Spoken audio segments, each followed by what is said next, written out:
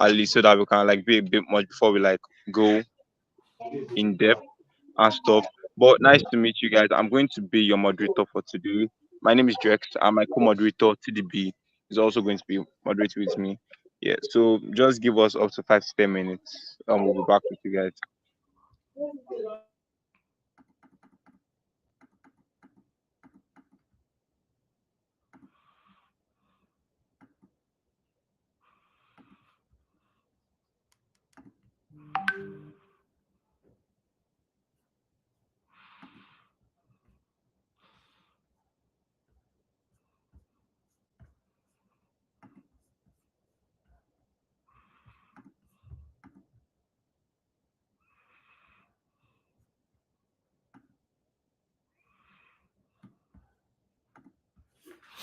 Okay.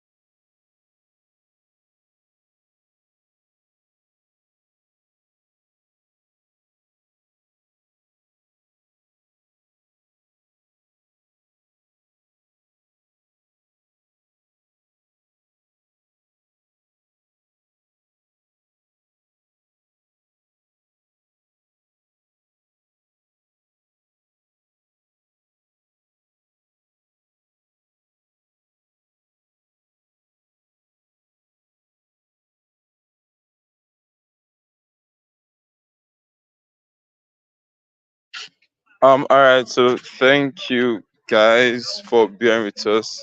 Okay. So this is 5:10 on my end. So good afternoon. Oh, good evening. Sorry, pardon. So good evening, guys. I said for this news. So I am your host, Drex, and along with me is my co-moderator, my co-host, TDB. So, yeah, so TDB now. What's up? How I said. Omo, I do. I just do where you do. I'm pretty sure we have a lot of our bosses in the house here. All of my fellow bosses. We have Akin, we have all of them, sure. But yeah, so it's nice to meet you. So literally, for those that are never aware what we want to do here, you get. Well, I'm not sure how many people are familiar with open source here, but TDB Alpha, are you familiar with open source? She don't do any open source thing and stuff as per senior Oh, dev. no why me I beg. I'm not wouldn't say I'm very familiar, sir. So you get I just dey moderately familiar, you get. Oh, sure, that makes sense. See, that makes sense. That makes sense, sure. But now you all learn from you and Akin all over now. But yeah, but that's true, sure. That's true. All right. So basically, for those that are not aware, today we are going to be talking about HacktoberFest, which is one of the biggest, will I say, open source. But I call it an event. Open source programs actually out there. My open source journey started last year with HacktoberFest, and a couple of others who also started out last year with HacktoberFest. So I can tell you that it is really, really beneficial. And we have one of also our bosses to Toby Solutions too. He's joined to start with Oktoberfest, and now it's really been crazy going for him. So a lot of people have actually asked me and him and a couple of other discussion that how do they get how do they start with open source? What's Oktoberfest? What is the advantage of open source to me? How do I make contributions? How does making PR work? For you get all those different kinds of questions. And majority of all those questions are going to be answered today by our speaker, Akin, which is a senior front end engineer. And come on, you gonna say to be senior is not easy. You at Futium, you get so it's crazy. So he's going to answer all questions. So you guys should have your books and pens ready. Any questions you have, write them down. Just get bombarding with questions. It's not going anywhere. It cannot work. Today's Saturday. It's not going anywhere. You understand? Just get ready to bombard him with questions. Okay. So yeah. So the floor is yours, Akin. So let's welcome Akin, my boss. Akin, how Um, are you? I'm fine. I'm fine. This guy, all your whining. I beg you. Make una get ready to bill him also. If you see am for street, just hold am tight. Put your account number for chat. I just run the opposite direction. Um, anyway, my name is Akin. I'm a front end developer. Um, um, yes, that's pretty much it. I'm a front end developer. When it comes to open source, I have an interesting relationship with open source because while I don't contribute to open source daily. The times that I have is been very, very amazing. Let me put it like that. And that experience is something that I believe that everyone should participate in. And I believe it should just start and end with Hacktoberfest. Hacktoberfest should be like a springboard. And I remember this because Hacktoberfest was a very, very. I remember one time. I think one of the first. I think 3 years ago, 4 years ago. I can't remember, but it was far back. I participated in Hacktoberfest, and it was organized by this Udemy tutor. I don't know if you've heard of him, Andre. I can't remember his son. I don't know how to pronounce it, but he made the Zero to Mastery course.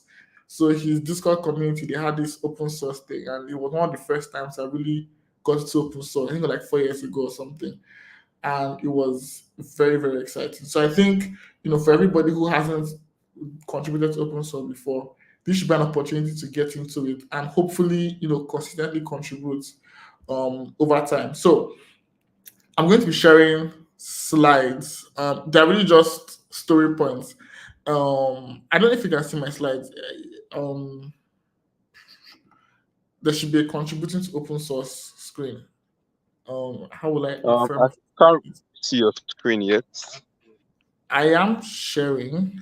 Is there a Okay. way to change the? Uh, give me a second. Let me check.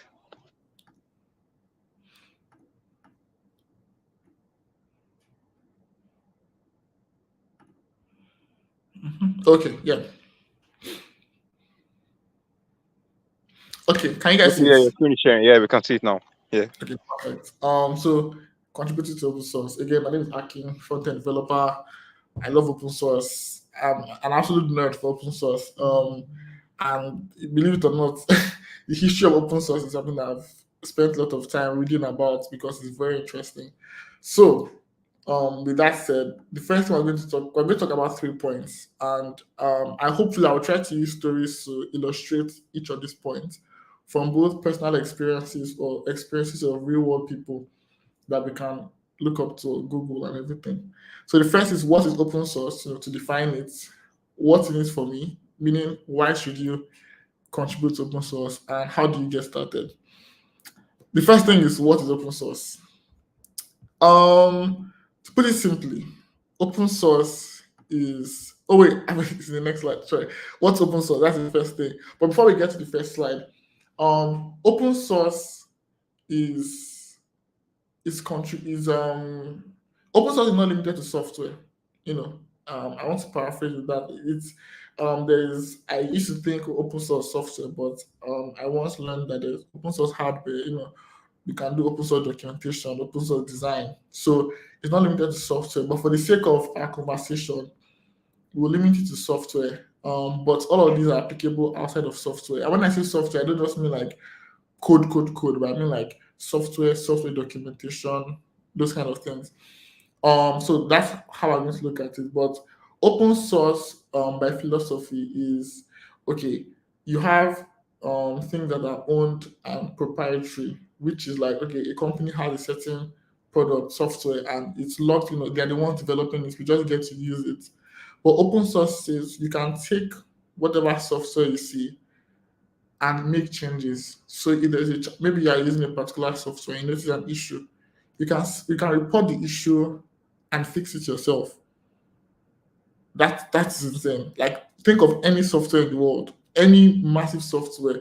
There's probably it's either open source or there's an open source variant, and the idea that you can make changes depending on if you find an issue and you want to solve it. Open source allows you to do that. Open source also allows you to what they call make copies of a project. So for instance, the project is being worked on and maybe the maintainer, the owner of the project is no longer working on it anymore.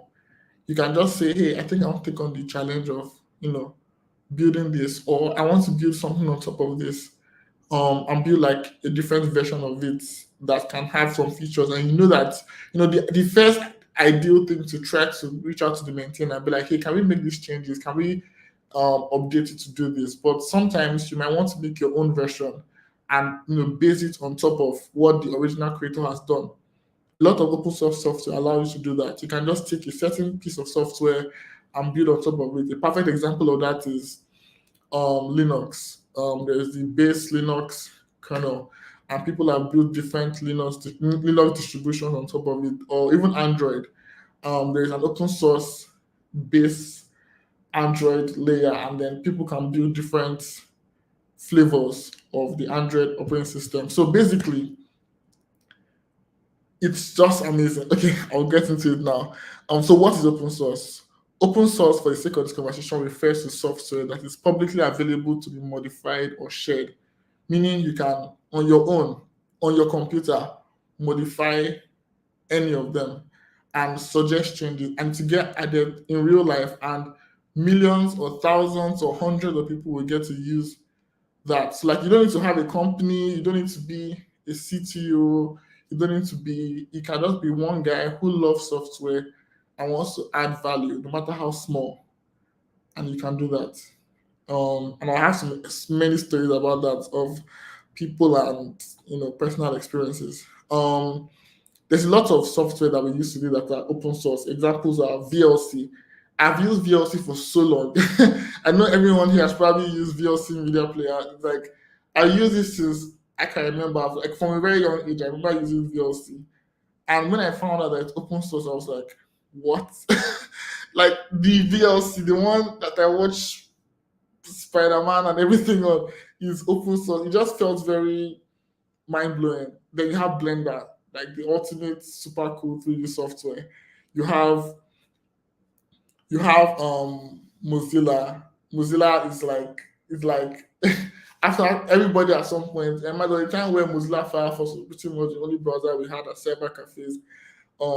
And to think that that kind of software, something of that level of complexity and so famous, such a household name, is open source, meaning you can, you know, make contributions to Mozilla Firefox. You can sit down in your house and be like, I see an issue. I can report that issue to Mozilla, and somebody somewhere would fix it. And it's such a beautiful thing. And then you have Linux, which is the operating system of the world, basically. I don't think every somehow, some way, our lives are tied to Linux. Android. Wait, did I think Android is open source? Is Android open source?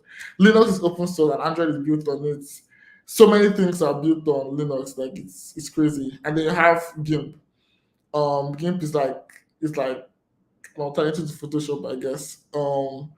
And I used it a while back, and it's just nice that instead of having to pay for, I mean, not all open source software are free in terms of purchase, but they are free in terms of access.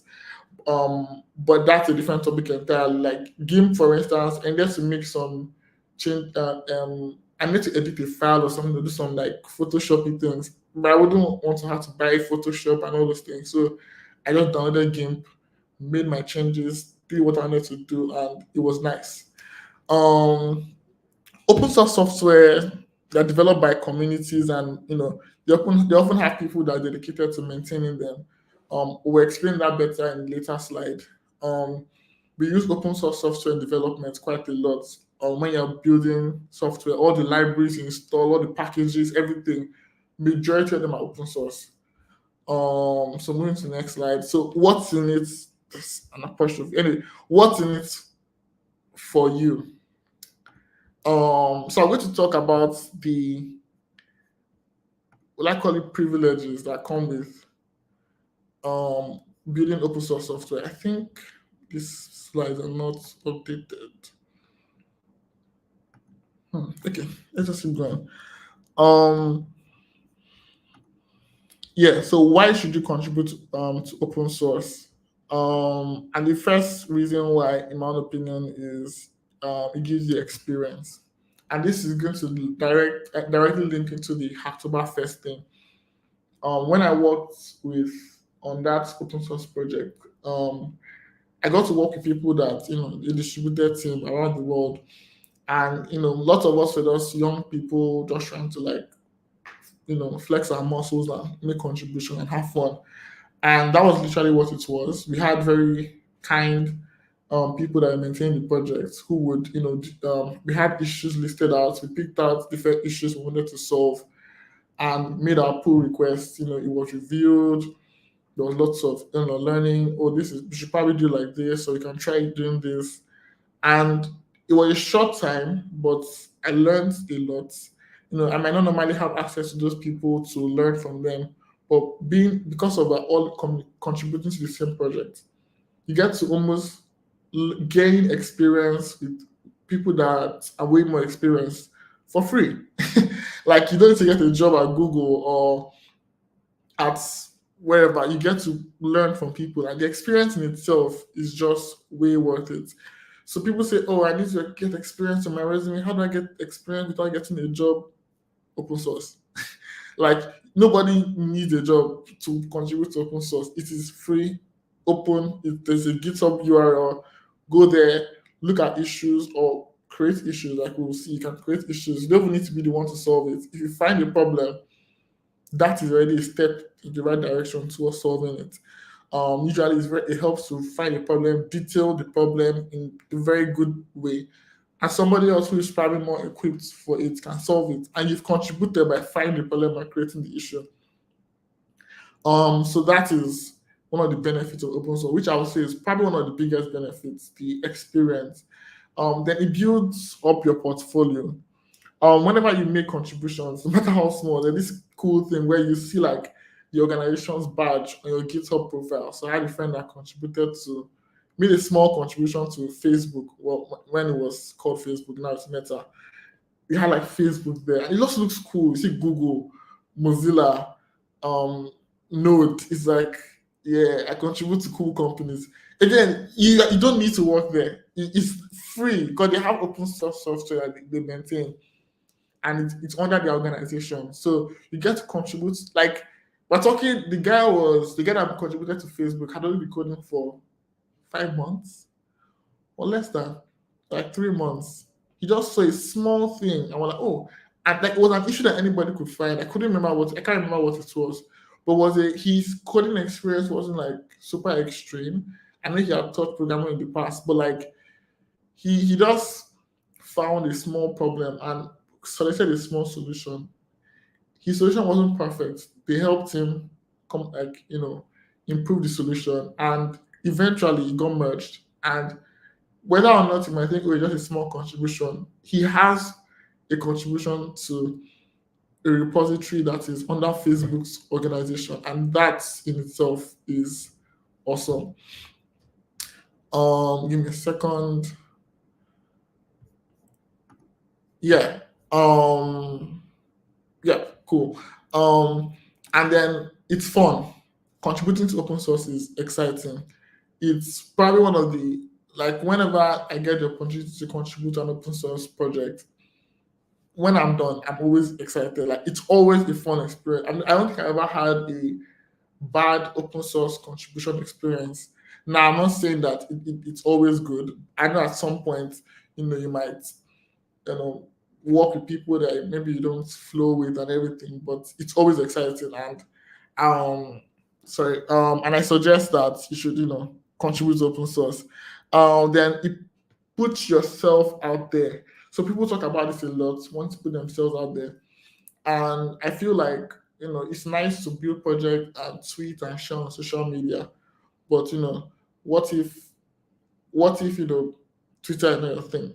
I know it's good, but like a good way to put yourself out there by contributing to open source, because your name is written in the history. Like there's literally called the Git history. Your name is written in that history, and you're among the contributors. Almost every project has a place where they have the contributors list, and you are putting yourself out there. I wanted to take an example of this. I have a friend um who recruits through GitHub. He wants to hire people. What he does is he has a certain type of project. He wants a certain type of person. So he looks for people that contribute to projects that are similar. And you will think that, oh, he's probably looking for people that are like 30, 40 that have been coding for 10, 20 years. But he recruits young people like you and I, who make contributions. It doesn't have to be you build the entire thing. All you need to do is make a contribution. He looks at the kind of code you pushed it and you suggested, and okay, this person's experience looks great. And then what he does is send you an email with what he's trying to work on the project. Because of he knows the kind of things you like, there's a very good chance that his project is something you would like. And then instead of having to figure out would this person like the kind of project from the kind of things you're contributing, because you're not being paid to do it, but yet you're doing it, it shows that you're interested in it. And then when he pitches something like that, there's already a connection. And then obviously from then on you get to communicate more about the company and everything. And that is smart. I don't know if that's like a secret recruitment strategy, right? I think people do, so it's not like a big secret, but like it's effective. And doing that, it's open source contribution. And I'm going to, when we get to how to contribute, you will see that it's not that difficult. Like it's easy to contribute to open source because you can contribute anything. If they say, oh, you have to be a senior to contribute, okay. But like you can contribute minor changes with 1 month, 2 months, 3 months of experience in a certain technology, because you might see a problem that the people that have been working for 10 years might not be able to see because they are too advanced. You might see a small issue that they might not see because of they've gone past it, their eyes don't see those things, maybe a small documentation problem and everything. And I will get to that again. I have some notes. I want to make sure yep.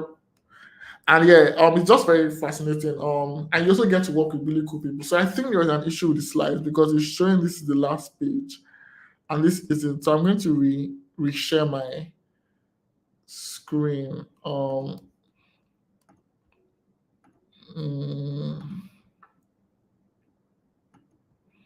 Okay, from Google Slides.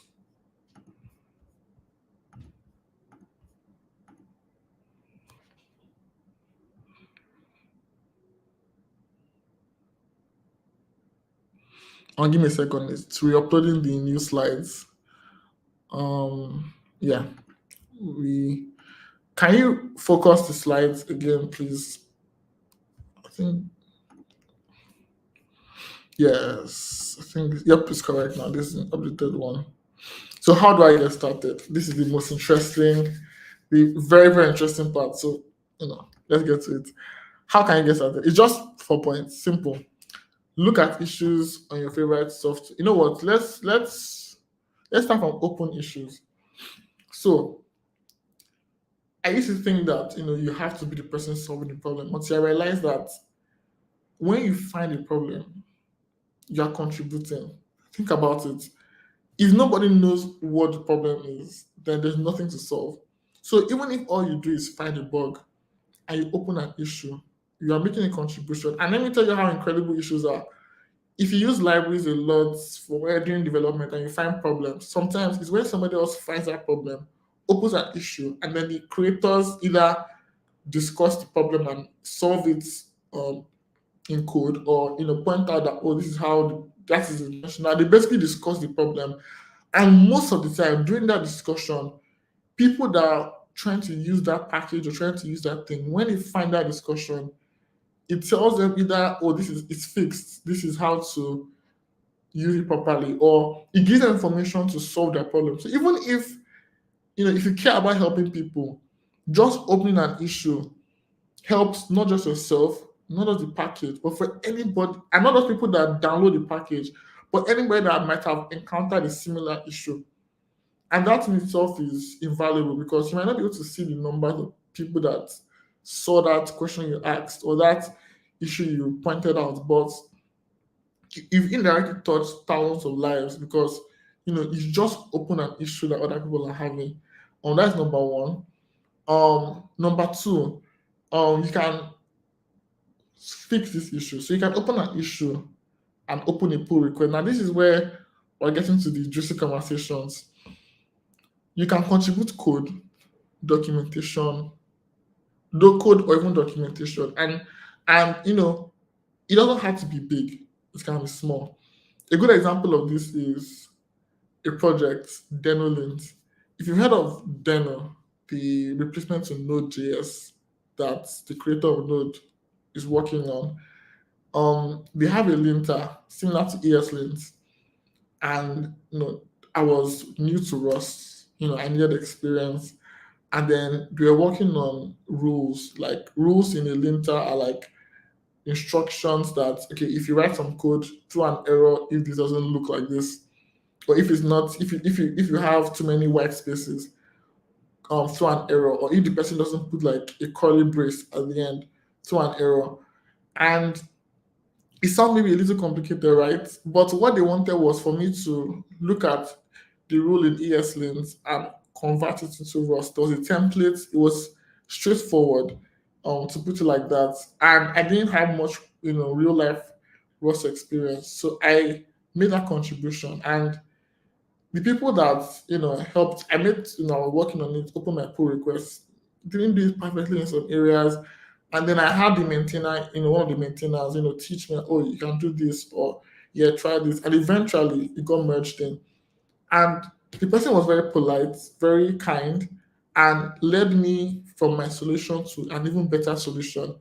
In that short time, I learned something new. I got to contribute to a real world Rust project. And um, it also helps you psychologically. And then I was looking to do the next one. I was very scared for that first one, like, oh my God, okay, will I make any reasonable contribution? And then after the first one went through, second one, I made another one. I think that one, did it go through? I can't remember. I think they end up, changing the issue name. And I'm like, oh, can I pick up this one? And it increases your self-esteem, allows you to work on more stuff. And at least for a whole year, because that badge will be there for like, I think for a period of time, it was showing that even though, it's a minor contribution in the grand scheme of the project, it was a contribution I was proud of. And a much smaller one that you might find even funnier is that recently I was reading through MDN. I was working on something, so I needed to Google something, and I Googled it, and I was reading through MDN. MDN is Mozilla Developer Network. Is that website where they have like articles, short articles of like every CSS property, every JavaScript function, all those things. Um, and I was reading through, and with this particular page that I was reading, and I was how do I explain it now? I was reading about a certain data type in CSS, a certain property, and the data types that it receives or whatever that are valid for it. And while I was reading, everything had links, hyperlinks to their own article. So if you see anywhere they write color, you have a link. It will link to the article on color. If you see background color, it will link to the article on background color. But then there was a particular one. What I already was a bit niche. It wasn't really like a very popular CSS property with a data type. There was no link to it. I was like, maybe they don't have an article on it. And maybe at the time that page was updated, they didn't have an article on it. But then, so like, I was like, okay, cool, they don't have an article on it. Let me go and look for another article. Since this thing, there's no hyperlink. And I go to Google the thing I was looking for, and I saw an article on it by MDN. So meaning that, there wasn't what is it called? A hyperlink was missing. Again, it's such a simple thing. Like you're like, oh, but this website is massive. There's so many articles. Obviously, at some points there will be a missing hyperlink, and that was my contribution. I opened the PR. They had such a beautiful template that you could just follow, and in like 10 minutes you made a contribution. Okay, maybe not 10 minutes, like 15, 20 minutes, you made a contribution to MDN. MDN is possibly one of the most visited websites for developers, web developers.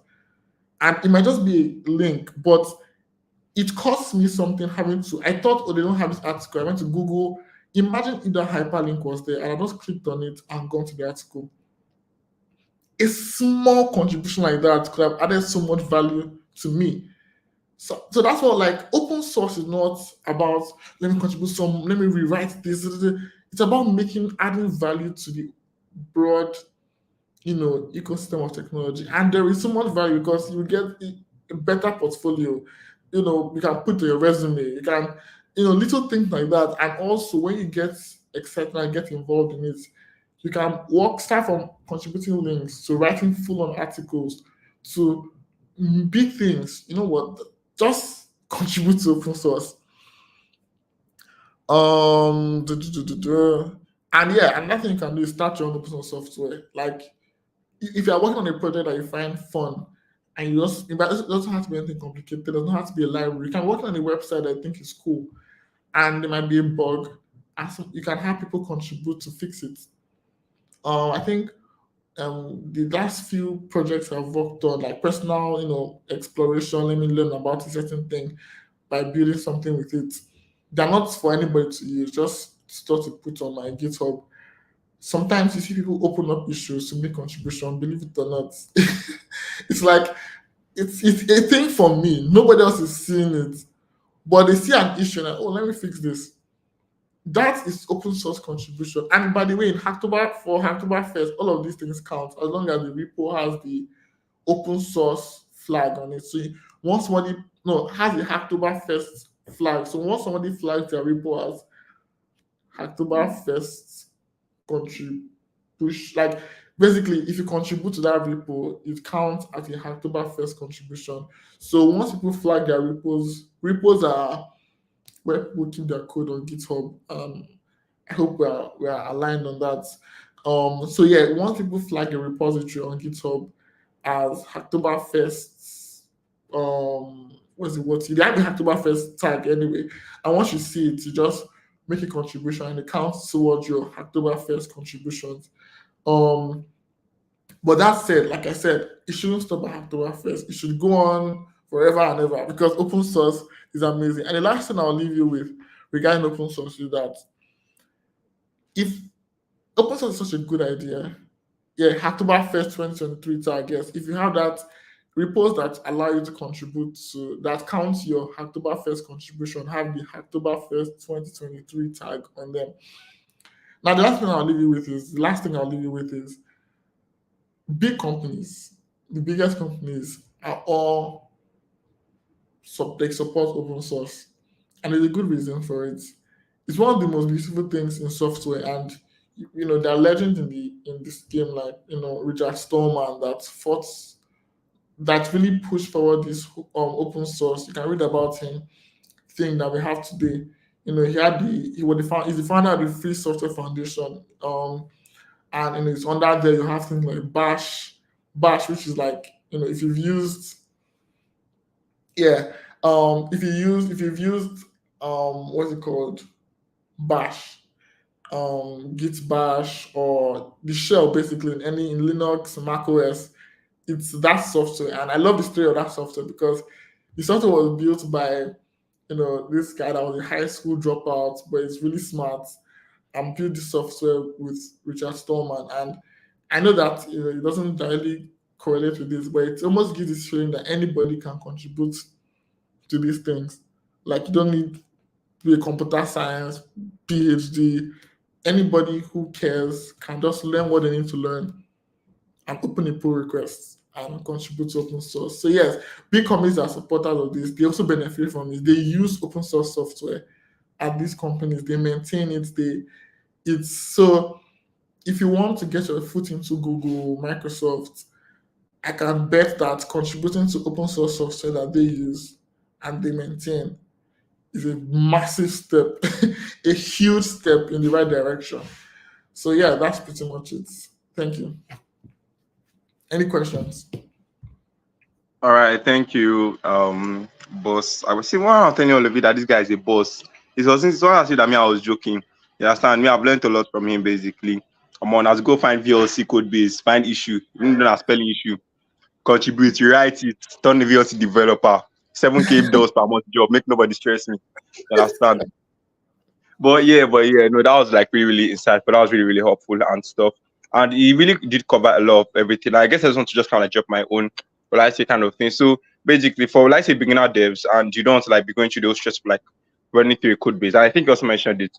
So you can just go to repository. For example, Hacktoberfest. You can not even necessarily Hacktoberfest alone. All repositories that are open source. Go to repository, check out their issues tab. You understand? You find out existing issues that they have. So you can just simply, so rather than like trying to search out for an issue by yourself, you can find out existing issues that are there and like just simply solve it and go along with that to get that kind of thing. I even think you mentioned that too. Don't to stress, but everything that I mentioned is I really hope you guys took notes and stuff. Yeah, that was very, very, very insightful. So the questions that were asked, we thank God our one of our Agba leads, which is Curious Paul, was able to help us to also answer it to on the chat. So literally everything was covered. That's everything was true. Sha. So thank you once again, Akin, for helping out for that kind of thing. But now I can also ask a personal question of mine, which also relates to a question that I know somebody asked. So in your opinion, do you think that designers too can have open source? Do you think there's open source for designers in some sense? Yes, I believe so. I'll explain. So, whenever have you ever had? I think there's some websites where a designer will design something, and then they put the Figma like you wait for it to copy the Figma file or something, meaning you can see the design, reuse that design, maybe build it out for your project, your web app, as long as credit them respectfully. I have worked on projects, built stuff. I don't design, I develop. And I took a design that someone else had put out in an open source fashion. I used it, maybe made very, very slight modifications to fit what I wanted, and pushed it out there and credited the designer. That way, if my project goes viral, for instance, the designer also goes viral because if you build something, it has to look good and something visual. If the designer who designed it is not, we didn't work with the person, and maybe the person put the design out there with the Figma files and everything to make it easy for people to reuse, then if you are going to put something out there, you have to credit because it looks good. People will wonder. Everybody always asks who designed this. So I believe that even as a designer, there is value in open sourcing out design. Now, the problem with that is, unlike GitHub, where you can like see, commit histories and how you contribute and everything, people can clone a design and claim it as theirs. And that's inherently problematic. I don't know the solution to that. Maybe I would probably ask a designer how to go about things like that. But I believe that I have seen people outsource or open source their design work, and I have used them for my own project. And obviously, I credit them the first chance I get. Like sometimes on the project itself, not even in the repo, like on the deployment of the UI designed by this person, and developed by this person. Yeah.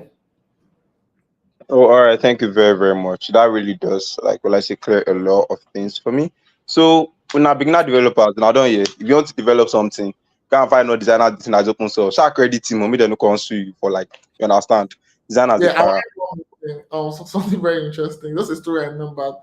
You would think that when I tell you anybody can contribute anything, I know someone who contributed Dino itself, Dino, like basically like say contributing to Node, that like 80,000 stars on GitHub.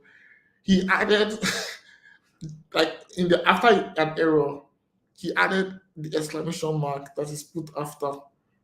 Do you understand how minor, but it's a contribution nevertheless? And because of that, he contributed so many other things. Like he just got gingered, started contributing more.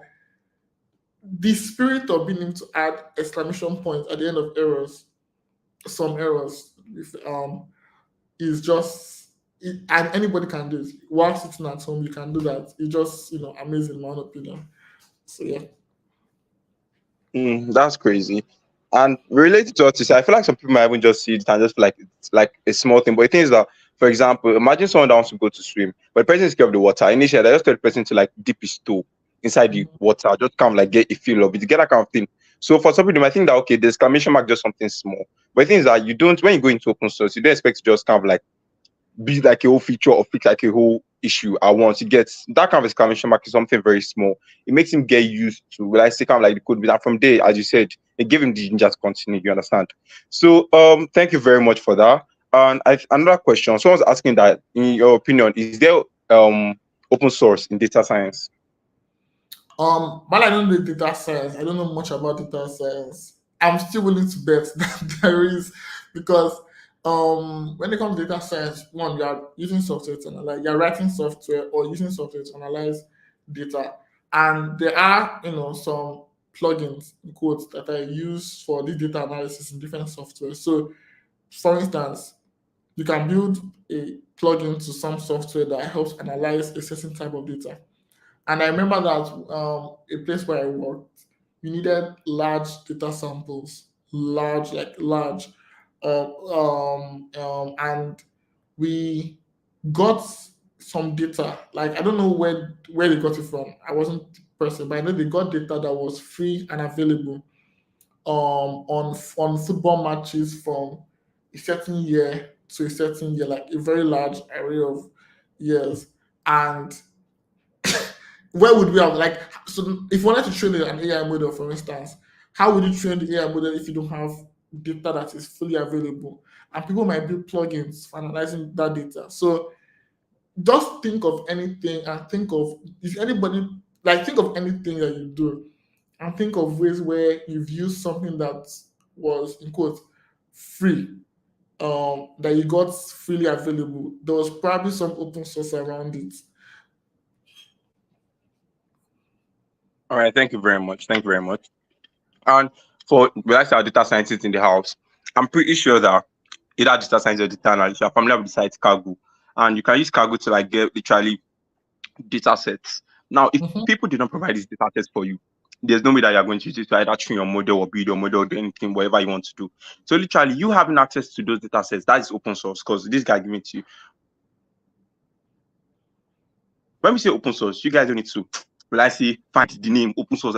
This thing must be open source before it's open source. Literally, it's open, it's free. You can contribute to it. You can take a data set, add maybe new data to it, and then push it back to like the original code that created it, and you're good to go. You get one for developers. So, but thank you. So I think that basically covers everything. Thank you once again, Akin. We really, really appreciate you. taking time out of your very busy schedule to come and educate us and teach us more about open source and Oktoberfest. Even me going safe, as I said, I learned a lot. If you see me next 2 years, new VLC senior developer, now I can cause Samu. You understand? Yeah, but anyhow, so thank you guys once again. So TDB, do you have anything to say?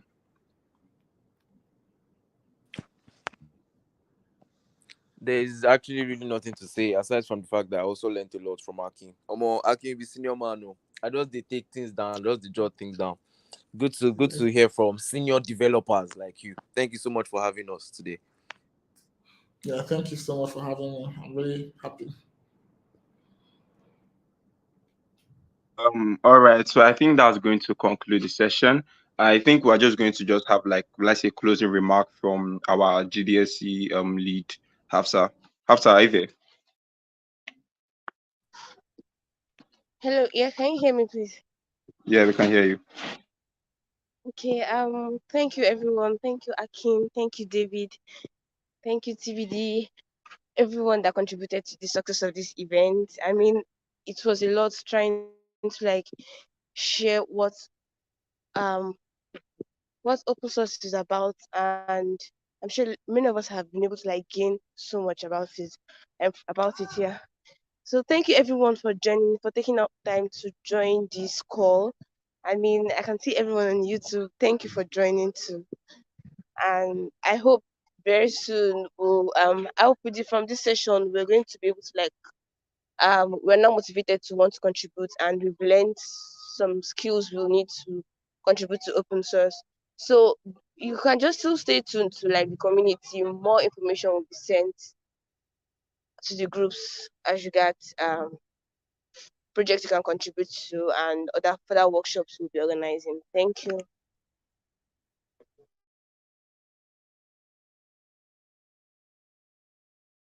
Thank you very much, Hafsa. Thank you very much, Hafsa. All right, so another thing. So I think next week or upper weeks there's going to be a workshop too, which is going to be covering what we have talked about. So now I've told you guys theoretically, you guys would have like a mental image in your head. You know what open source is. Now, basically, some people do not know how do they want to go about it. Understand? How do I go about contributing? What's the first step I make? And we don't want you guys to go and be watching like a 20 long hour course on doing contribution, or you understand, you get that kind of thing. So basically, we're going to have like a workshop. We are going to bring top people in this space in open source, and they're going to come and give you a live on demo of how you contribute, how they contribute, how the whole process goes about. You understand? So I really hope forward to also seeing you guys. I really look forward. I'm English start. I really look forward to seeing you guys there at that event also. Okay. So thank you once again, you guys, for joining. Thank you, Akin. Thank you, Hausa. Thank you, TDB. Thank you, everyone. Thank you, the whole JDSC team. Thank you, the participants. Thank you, Nigeria. Abi, everybody. Thank you guys for joining. Really appreciate it. And goodbye.